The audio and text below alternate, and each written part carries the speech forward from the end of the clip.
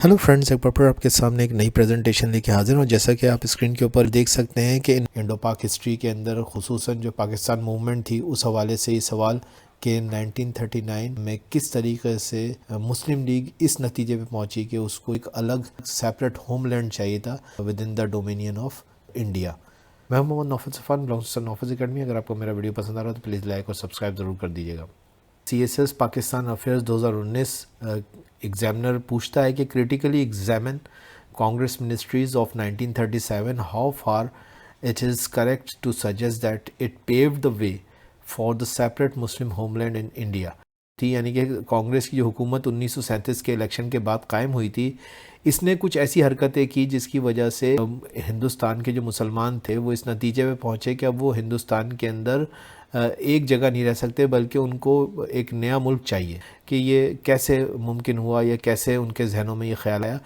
देखते हैं कि किस हद तक एग्जामिनर जो स्टेटमेंट बना रहा है वो दुरुस्त है। तो तारीख़ी तौर पर पाकिस्तान को बनाने वाली जमात ऑल इंडिया मुस्लिम लीग ने ऑफिशियली अंग्रेज़ों से अलहदा वतन की डिमांड 1940 में की थी, जब लाहौर में मुस्लिम लीग के सालाना जलसे में कायदे आज़म ने टू नेशन थ्योरी पेश कर दी थी और साथ ही ये डिमांड रखी थी कि ना सिर्फ हिंदुस्तान को आज़ाद किया जाए बल्कि उसे दो हिस्सों में तकसीम कर दिया जाए। यानी कि मोहम्मद अली जिन्ना कहते थे कि quit India, but not only quit India बल्कि डिवाइड एंड क्विट इंडिया। तो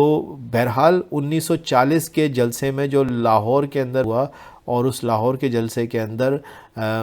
मुसलमानों ने ये डिमांड पेश करी कायदे आज़म की सरबराही के अंदर कि हमें एक अलग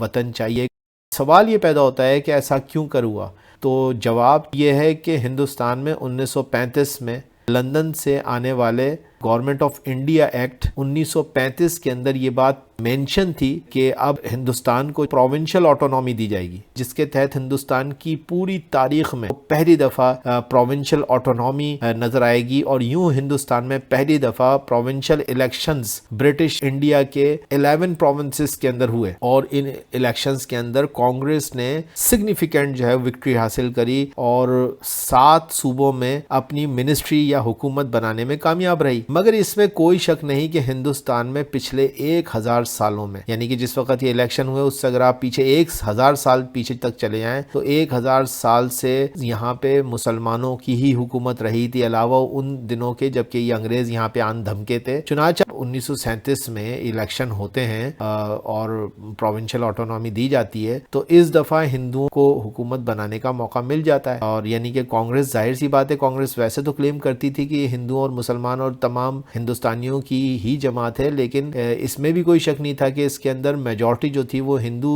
लोगों की ही थी। तो चुनांचे इस दफ़ा हिंदुओं को हुकूमत बनाने का मौका मिल जाता है और इस बात का धचका और सदमा कहीं ना कहीं हिंदुस्तानी मुसलमानों ने महसूस ज़रूर किया। कांग्रेस जो यकीनन एक हिंदू मेजॉरिटी पार्टी थी, कुछ सियासी गलतियां कर बैठे थे जब उन्होंने वंदे मातरम नामी एक तराने को अचानक से लागू किया हिंदुस्तान के अंदर, जिसके मतलब थे कि धरती माँ तुझे सलाम। अब ये जो नारा था ना, ये कहीं ना कहीं मुसलमानों का जो रिलीजियस एक कॉन्सेप्ट है उसके अंदर इसको शिर्क से तस्वुर करते थे और उनके जो रिलीजियस इमोशंस थे उनको कहीं ना कहीं ये हर्ट करता था और कांग्रेस इस चीज़ को समझने के लिए तैयार नहीं थी और ये उसकी एक सियासी गलती थी। और यहीं से ही मुसलमानों को महसूस हुआ कि कांग्रेस को मुसलमानों के जज्बात का बिल्कुल भी एहसास नहीं है और मुस्लिम लीग ने इन मायूस कुन मुसलमानों के जज्बात को दुरुस्त तौर पर सियासी तौर पर इस्तेमाल किया। और यही नहीं, दूसरी जानिब हिंदुओं को पहली दफ़ा जब हिंदुस्तान में इतने बड़े अरसे के बाद हुकूमत करना नसीब हो रही थी तो वहाँ वो और भी कुछ सियासी गलतियाँ कर रहे थे। मसलन विद्या मंदिर का इंट्रोडक्शन किया गया स्कूलों में, आम और ख़ास इसको जो है वो इंट्रोड्यूस करा दिया गया। इसको मुस्लिम लीग ने क्लेम किया कि हिंदुस्तान के मुख्तलिफ हिस्सों में वर्दा एजुकेशन के ज़रिए से मुसलमान कौम का जो आइडेंटिफिकेशन है, मुस्लिम आइडेंटिफिकेशन है, उसको भी कहीं ना कहीं जो है वो हर्ट किया जा रहा है, इरेज किया जा रहा है या मिटाया जा रहा है। इधर 1939 का साल आता है और ब्रिटिश सरकार जो है वो इंडियंस को वर्ल्ड वार 2 में ले जाने का फैसला करती है। ठीक है जी। तो जिसपे कांग्रेस की हुकूमत का एक बहुत बड़ी कंट्रोवर्सी होती है ब्रिटिश सरकार के साथ और 1939 में कांग्रेस इस हुकूमत से